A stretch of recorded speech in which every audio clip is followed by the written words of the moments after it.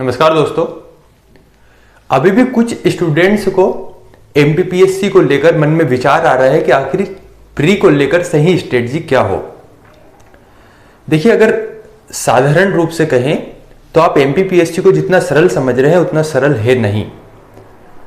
लगभग 2 से ढाई महीने हमारा नोटिफिकेशन आए हुए हो गया है और अभी भी आप ये सोच रहे हैं कि सही स्ट्रेटजी क्या हो। इसका मतलब कहीं ना कहीं आपकी जो स्ट्रेटजी है या तो वह गलत हो सकती है या आपका जो परिश्रम है वह आप सही तरीके से नहीं कर पा रहे, यानी आप मेहनत नहीं कर रहे हैं। तो ये वीडियो शुरू करने से पहले मैं आपको बतला दूं कि अगर आप परिश्रम नहीं करेंगे तो ये भूल जाइए कि आपका प्रीलिम से निकलना है। फिर चाहे कितनी ही स्ट्रेटजी हो, कितनी ही स्मार्ट स्टडी की बात करें, सब चीजें उनका कोई महत्व नहीं रहता अगर आप मेहनत नहीं करेंगे। मैं सिर्फ इतना बतला सकता हूं कि प्रीलिम्स में हम कैसी स्ट्रेटजी अपनाएं कि उस हार्ड वर्क को स्मार्ट स्टडी में हम बदल सके, लेकिन परिश्रम आपको करना ही होगा।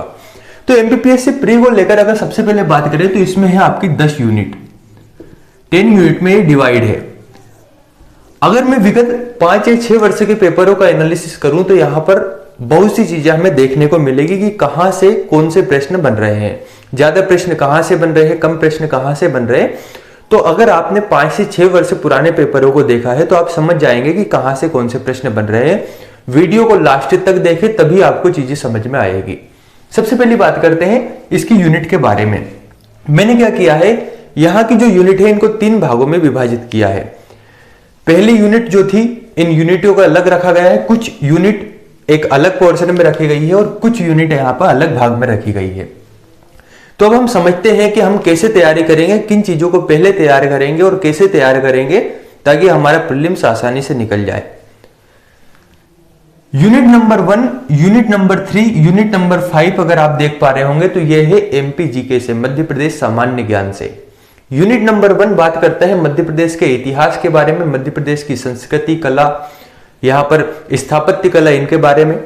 यूनिट नंबर 3 मध्य प्रदेश के भूगोल, जहां पर पर्वत, पठार, नदियां, मैदान, कृषि, इन सभी चीजों के बारे में बात होती है। और यूनिट नंबर 5 जहां पर राज्य की संवैधानिक व्यवस्था और राज्य की अर्थव्यवस्था, यहां पर कौन से उद्योग हैं, इन सभी चीजों के बारे में बात करता है। तो ये हमारी एमपीजीके से संबंधित, यानी 10 यूनिट में से केवल 3 यूनिट की बात करें तो 3 यूनिट में ओनली एमपीजीके ही है। और एमपीजीके के बारे में आप जानते हैं कि ये ज्यादा टफ नहीं है, आसानी से आपको समझ आ जाता है। अगर इसके प्रश्नों की बात करें, लगभग 30 से 35 प्रश्न यहां से बनते हैं। अगर पिछले पेपर की बात करें तो इतने प्रश्न आए हुए हैं और 30 से 35 प्रश्न का मतलब आप समझते हैं कि क्या वेटेज रखता है एमपीजीके। दूसरा पोर्शन है यूनिट नंबर 6, पॉलिटी और इकोनॉमिक्स। पॉलिटी यानी कि भारत के संविधान के बारे में यहां पर बात की गई है और अर्थव्यवस्था के बारे में बात की गई है। तो अब आपको करना क्या है वो समझते चलिए। आपको क्या करना है, आप तैयारी शुरू कर रहे हैं तो सबसे पहले आपको एमपीजीके को बहुत डीपली पढ़ना है। एक एक चीजों को बहुत, यहां पर कह सकते हैं, गहनतम अध्ययन करना है। आपसे यहां पर कोई भी सिलेबस का पार्ट छूटना नहीं चाहिए और ऐसा कोई क्वेश्चन नहीं होना चाहिए जो आपकी नजरों से छूट जाए। यानी आपके सामने अगर एमपीजीके का कोई क्वेश्चन आता है तो आप उसको बड़ी बारीकी से समझिए, उसका आंसर जानने की कोशिश कीजिए। और अगर 35 प्रश्न आते हैं तो कोशिश कीजिए कि 32 से 33 प्रश्न आपके सही होना चाहिए। और 32 से 33 प्रश्न सही होने का मतलब यहां पर हलवा नहीं है। 32 से 33 प्रश्न वही सही करेगा, 15 से 20 प्रश्न तो कोई भी सही कर लेगा, लेकिन 32 से 33 प्रश्न वही सही करेगा जिसने एमपीजीके को बहुत अच्छे से पढ़ा है। और मैं तो यह भी कहता हूं कि अगर आपका एमपीजीके बहुत अच्छा है और अन्य सब्जेक्ट जैसे कि इतिहास है, ज्योग्राफी है, इकोनॉमिक्स है, इसमें आप एवरेज भी पढ़ते हैं तो आपका प्रीलिम से निकलना तय है, बशर्ते कि आपका एमपीजीके बहुत अच्छा होना चाहिए। तो आपको क्या करना है, एमपीजीके को बिल्कुल शुरुआत से लेकर अंत तक बहुत अच्छे तरीके से पढ़िए। इसके जितने ऑब्जेक्टिव हो सके वे लगाइए, या फिर ऑब्जेक्टिव की बुक आती है उस बुक को ले लीजिए, उसको पढ़िए। जहां पर कुछ डाउट हो या ऐसा लगता है कि बुक में ये चीजें नहीं मिली तो उस ऑब्जेक्टिव के नीचे जो व्याख्या होती है, जो उसका अर्थ होता है, उसको समझिए और यहां पर सही आंसर लगाते चलिए। तो अब आपको समझना क्या है कि अगर हम प्री की तैयारी कर रहे हैं तो सबसे ज्यादा जो फोकस हमें करना है वह किस पर करना है, वह करना है हमें unit number 1, unit number 2, unit number 1, unit number 3 और यूनिट नंबर 5। ठीक है दोस्तों, तो जैसे ही हमारा एमपीजीके कंप्लीट होता है, एमपीजीके कंप्लीट होने के बाद हमें आना है यूनिट नंबर 8, यूनिट नंबर 9 और यूनिट नंबर 10 पर। यानी एमपीजीके की यूनिट 1, 3 और 5 को कंप्लीट करने के बाद हमें उसके बाद पढ़ना होगा करंट अफेयर्स यूनिट नंबर 8। इसी में है आपका स्पोर्ट्स यानी खेल, इसी में आपको मिलेगा मिसलेनियस का कुछ पार्ट। तो ये सभी जो चीजें हैं, ये सभी चीजें हमें पढ़ना होगा यूनिट नंबर 8 में। यूनिट नंबर 9 में आपको देखना है आईटी यानी सूचना एवं संचार प्रौद्योगिकी, और यूनिट नंबर 10 यानी कमीशन यानी यहां पर आयोग आपको देखना है। तो सबसे पहले क्या करना है, एमपीजीके को पढ़िए। एमपीजीके को डीपली पढ़ने के बाद, इसके ऑब्जेक्टिव्स को हल करने के बाद हमें सीधे आना है यूनिट नंबर 8, 9 और 10 पर। आपको अभी पॉलिटी, हिस्ट्री, ज्योग्राफी, साइंस ये सभी चीजें नहीं पढ़ना है। सबसे पहले इन चीजों को कंप्लीट कीजिए। क्यों? जब आप इन तीनों को कंप्लीट करते हैं तो इनका वेटेज होता है लगभग 25 से 30 प्रश्न, और आपने एमपीजीके के कितने प्रश्न कर लिए? लगभग 35 प्रश्न। तो एमपीजीके की इन 3 यूनिट को कंप्लीट करने के बाद आपके 35 प्रश्न कंप्लीट हुए। वहीं आपने इन 3 यूनिट को कंप्लीट करने के बाद आपके प्रश्न कंप्लीट हुए 30। तो ये मानिए आपका लगभग 65 क्वेश्चन के बराबर जो सिलेबस है वो कंप्लीट हो चुका है। इसमें एक विशेष बात क्या है? विशेषता यह है कि एमपीजीके और इन 3 अंतिम यूनिट जो हैं, इन अंतिम यूनिट का जो सिलेबस है वह बहुत कम है। बहुत कम समय में आप 65% सिलेबस को कंप्लीट कर रहे हैं। 60 से 65% सिलेबस कंप्लीट होना मतलब बहुत बड़ी बात है। ठीक है, इसके बाद क्या कीजिएगा, इसके बाद देखिए यूनिट नंबर 6 को, जिसमें है पॉलिटी यानी कि भारत का संविधान।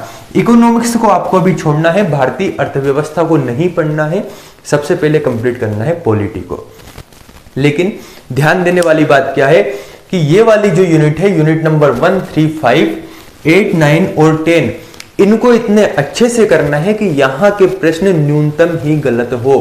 कोशिश रहे कि अगर 60 प्रश्न भी आ रहे हैं तो लगभग 50 से 55 प्रश्न हमारे सही हों। इस तरीके से इनको पढ़ना है।